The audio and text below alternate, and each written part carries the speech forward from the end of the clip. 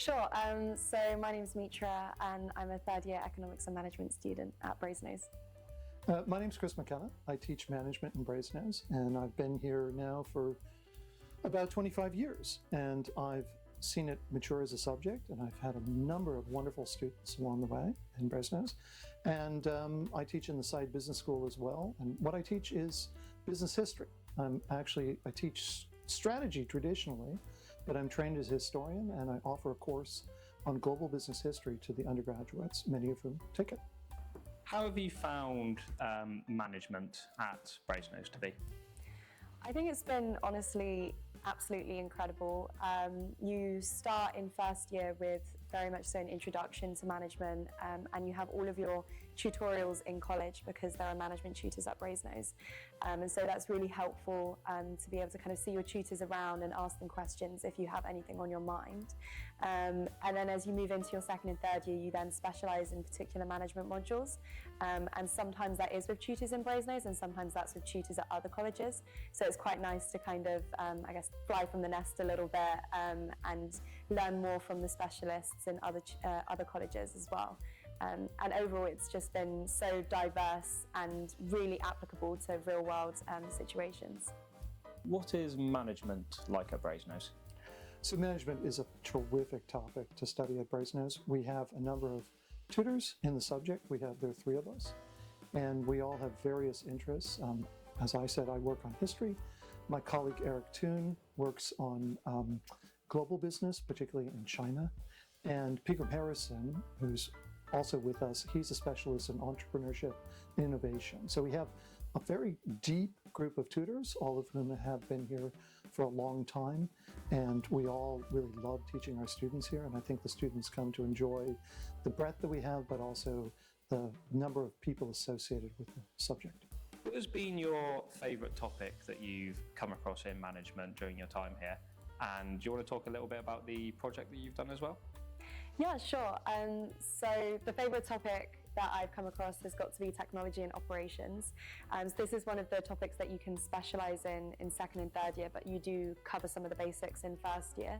So it really ranges from looking at different production systems such as the Toyota production system and Ford assembly lines, to different supply chain strategies, as well as technology diffusion as well. So it's super diverse, very applicable, and Brasenose organised a trip to the mini factory, and we all got to go and see how all of these concepts were being put into practice in the factory that we'd been learning about in our tutorials. So that was really rewarding, and I loved it so much that I ended up doing a thesis in it, and that was great because it meant I was able to do my own independent research on the topic, and hopefully contribute something new to the literature. We'll see.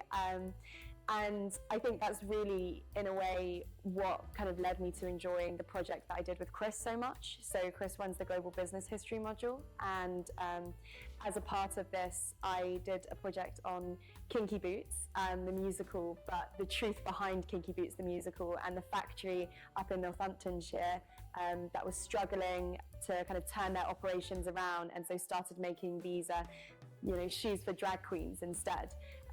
So as a part of that research, I went up to Northamptonshire. I spent a few days there going through archives, visiting museums, talking to locals who kind of knew snippets of information and were handing me books from their conservatories. And that sort of independent research and ability to go out and really put something together that can be used as a teaching resource was such a unique opportunity, and really exciting to do something outside of the classroom.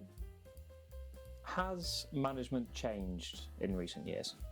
So the teaching of management has changed substantially in the business school as it's grown. We have new subjects that we're teaching in it, but also we have an array of students who've grown. So in this college, for example, we have both MBAs and executive MBAs and students in diplomas, so not just undergraduates, but also we've allied with any number of clubs that are associated across the university.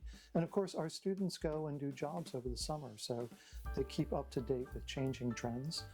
We have Principalian conversations about it from entrepreneurs and from people who come back who've led very large businesses. And our alumni are globally interested in business. So people all over the world from Brasenose who work in business and who've come here to study. We are now a subject that's been going in Brasenose for more than 25 years. So we have a really substantial alumni base. And so we keep up with the trends, but we also do everything that you'd expect from an Oxford college in terms of integrating our students with the rest of the students in the university.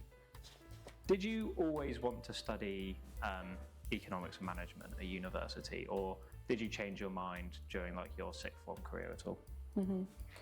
I think I went into sixth form studying economics at A level, and I was sort of interested in doing economics, but I was also considering pursuing computer science instead. So it was very much so a toss-up between the two and trying to work out which one I found more interesting. I think as I got more into economics and understanding the lingo that comes with it, you can then translate the Financial Times articles and the Economist articles and actually get what's going on in them.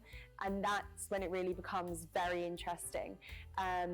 And that sort of led me down the path of looking into economics related degrees, but I knew that I had a strong interest in business because my mum has her own preschool, which I kind of grew up around and sort of seeing how she managed that. And so I really wanted to be able to have like an element of businesses and management beyond the kind of economic theory. And that's sort of where management naturally kind of came about. And so to find a dual degree that offered both of them was, really spot on for me. What do you look for in an ideal management student? I'm looking for somebody when I'm trying to admit somebody, but also when I'm trying to teach them. I'm looking for a management student who can think broadly and critically about what they see and they read.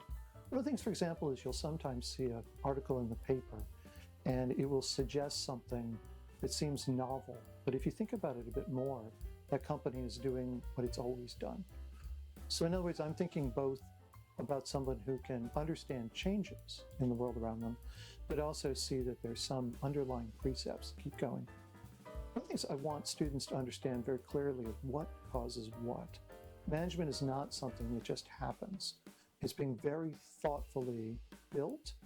Companies are being targeted in certain kinds of ways. They are changing the world around them and also being changed by the world around them. And I want people to understand what leads to what, who takes responsibility, and what you want to achieve with a large institution. So I'm always looking for people who can see the context, even if they may not have run an organization or know much about business. Most undergraduates have not studied business or know much about it from their school time, but they understand the principles of economics. And so I'd like to take them and think about not just the theory of economics, but how it's embedded in organizations. One of the things I often ask them to do when they first come to Brasenose is to think about the organization of Brasenose itself. To say, well, who runs it? How does the money come to the institution? Who is responsible to whom? How are we rewarded?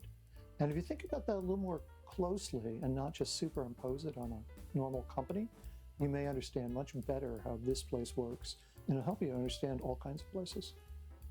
Do you have any top tips for applicants looking to study E&M at Brasenose or indeed Oxford? Yeah, I definitely say perhaps one of the dreaded questions people ask, and maybe even after 3 years I'm still a bit unsure, but what is management? It's such a diverse topic, and there's so many qualitative and quantitative aspects to it that it's very difficult to, I guess, if you haven't studied it before, have a strong enough understanding to be able to make the decision to apply for it. So I'd really recommend researching into what management is. I'd recommend reading a very short introduction to management. It summarizes lots of key theories in about 70 pages. You don't need to memorize the theories, but if you read that and you want to learn more and you can think, oh, I've seen how they do that service-scape thing at Tesco's where they put the diapers near the beers or something like that. And if that sort of gets you interested, then that might be a good indicator that you're interested in the management side of things. For economics, I think it's a lot more accessible because it's a more widely offered degree. Definitely see if you can do some short courses online, read around the subject, The Economist, Financial Times, and just the news generally, and see if you can decipher what's going on and how it might relate to, if you're studying the A-level, or if not, if you can find some basic economic theories online. And overall, if it's the kind of thing that you'd be willing to spend time on outside of the classroom, that can be a very strong indicator that it's a subject you should go for. What would a perfect tutorial look like? The perfect tutorial doesn't exist, but that's okay. We make it up each time. So the perfect tutorial is one where you've gone away and read some material. Maybe you haven't even read the material that I asked you to read, but you've read something. You've thought about it. You've engaged with the question that I gave you. You had to do some writing. And nobody writes things perfectly the first time, so that's okay. But you've sent it back to me, and I've marked it. And the next thing I'm going to do is I'm going to ask you questions about it, but also things that you might not have expected me to ask you about. If you've figured out the answer to everything, well, then we don't really need to talk about it. So often you'll come in here, you'll be seated in the chair I'm sitting in, and you'll be talking to me about some subject that's new to you that week. But we're going to connect to material from the week before and soon to the week after. And we're discussing, we're trying ideas. I'm asking a question, we're answering that question. We're trying to figure out, what you know about it and what you don't know, and what the theory is, but also I'm giving you examples. You're finding examples. And maybe your example is the food truck outside the college at midnight, or maybe your example is the store that you worked in, or maybe your example is the job that your mom holds that you understand something about, or even the job that you plan to hold this coming summer. So we're trying to understand the institutions of what you might understand as economics, but we're trying to understand them in concrete terms, in ways that make sense to us and might not always fit with the theoretical economics that you've been studying.